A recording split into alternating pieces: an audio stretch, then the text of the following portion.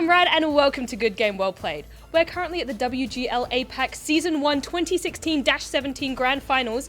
The players are over there right now in the other room, getting ready to go. You can see it on the screen, all happening. So we're going to go on a little Learnscursion about the wide world of tanks. Let's battle.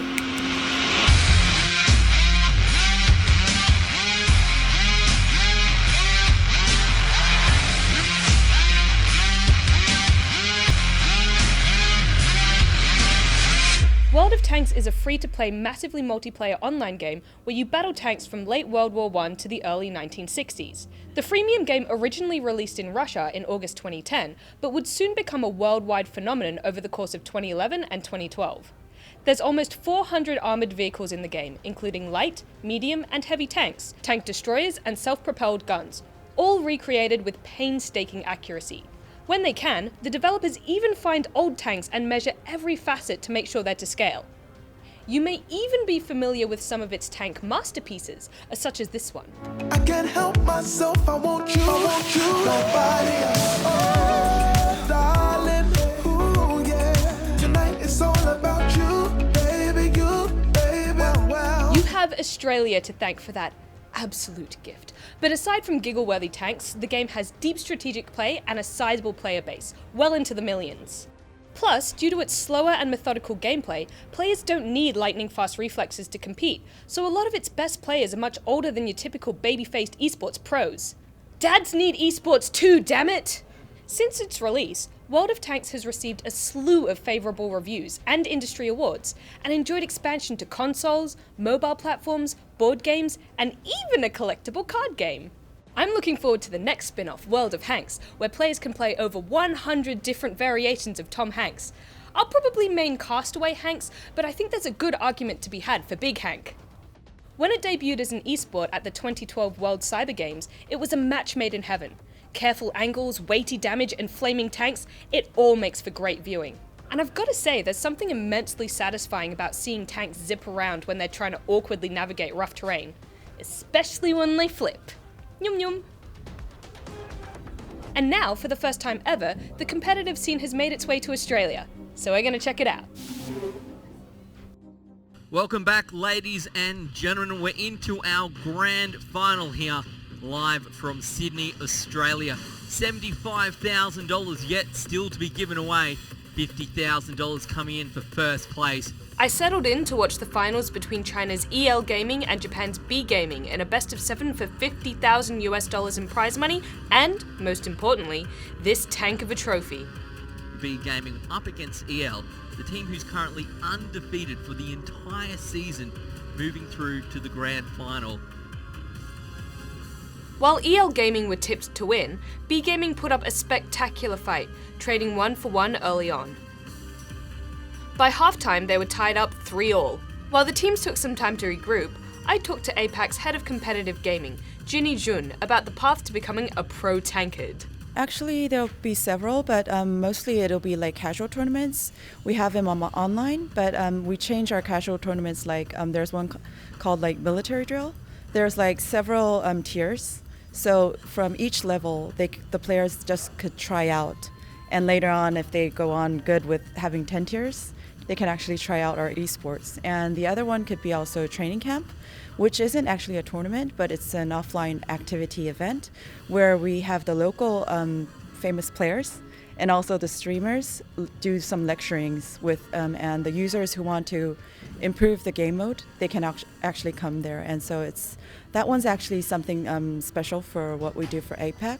And it's now our second year, so we haven't done it for Australia yet, but we are planning to have one also. That's a really great idea. I actually love that. I love that you guys are kind of really looking at what you can do to help more casual players get deeper into the game. Definitely, that's what we've always been trying to do, and I think it'll be better and better as we go. So this is the first time that you guys have run this event in Sydney. Why did you pick Sydney this time around? We try to do the WGL season finals from most of the main cities where we have for APAC. So we've done it for in Taipei, in Tokyo, in Seoul, Korea. And now I think because Australia is one of our also main targeted country for APAC, so this time we decided to have it in Sydney. More esports in Australia is just fine by me. Let's catch up with the second half. B Gaming came back firing, pulling ahead in a down-to-the-wire game of heavy tanking and careful flanking. However, EL responded with finesse, winning the next 3 rounds to bring the score to 6-4. EL Gaming here, they are one round away from being the WGL APAC Season 1 2016-17 champions.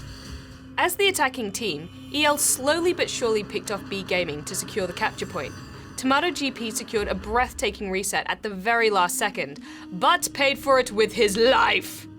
This left B Gaming's load alone against a 5-tank strong EL, which was all too much, giving EL Gaming the victory as this season's APAC champions. Perhaps, and there it is. EL Gaming closing it out 7-4, so happy with themselves, as they should be.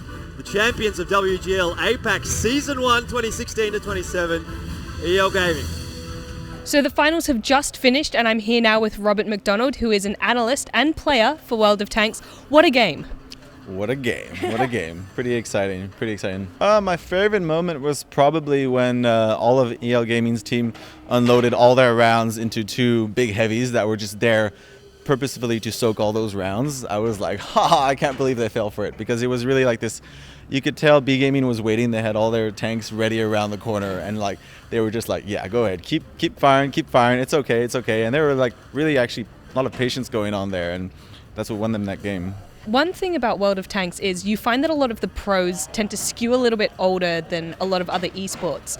Do you think that's because of a reaction time kind of thing, or do you think it's just, where the market appeal is? Tanks requires a lot of more like thought process and strategizing, not as much just click and point and click like a CSGO game or something. So it really, it does really tend to be older. There are a lot of young players too, but it's young players who started young and basically can just keep playing because they don't grow too old to play. And thinking is now what you do as an analyst. Yeah, well, I basically see what's going on and like say what's going to happen usually, like talk about it and like what went wrong. Because I mean, a lot of times in tanks, that's the main part, is going over and seeing, what did I do wrong like in this particular game? How can I change it? How can I do better? And that's how you really improve like in tanks and most other games, I think. Someone who is no stranger to being good at tanks is the captain of the winning team, Fox TS. Congratulations on your win. Thank you. So you guys were favoured in this matchup, but were you still quite tense going in? So we have met some difficulties and we expected that. But as long as we have the right attitude, I think we can get the result we want. I really liked that you guys were all high-fiving each other between the games and after you did well. Do you find that having that camaraderie is really important in a team game like this?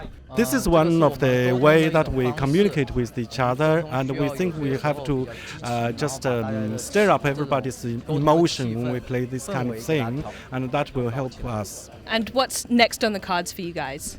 Next dream and goal is in the next 2 years we will win the World Championship. Awesome. Thank you so much. Thank you. So that was World of Tanks. It was really exciting to see the kind of pressure cooker, slow strategy that's involved in the game. The way that they all set up their spots and flank each other, and then in an instant everything explodes and they're all in this dogfight together. It's also really great seeing a game like this being supported so well and having tournaments being run in Australia. It's really exciting that, we're getting more and more of that as esports continues to grow. Well, that is it for Well Played. If you have a game or event that you'd like to see covered, you can leave it in the comments below. Or if you want to internet hang out with me, you can tweet me at @angharadyo. Until next time, don't be toxic on the internet. Right out. Thanks for watching. Ain't nothing I won't do for you.